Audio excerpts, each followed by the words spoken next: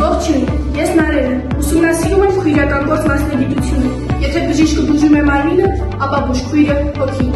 Բուժքրոջ գործը կամքի ու արտահման կարեկցանքի դրսևորումն է։ Սա պարզապես մասնագիտություն չէ, այլ կյանքի ապաքինող առաքելություն։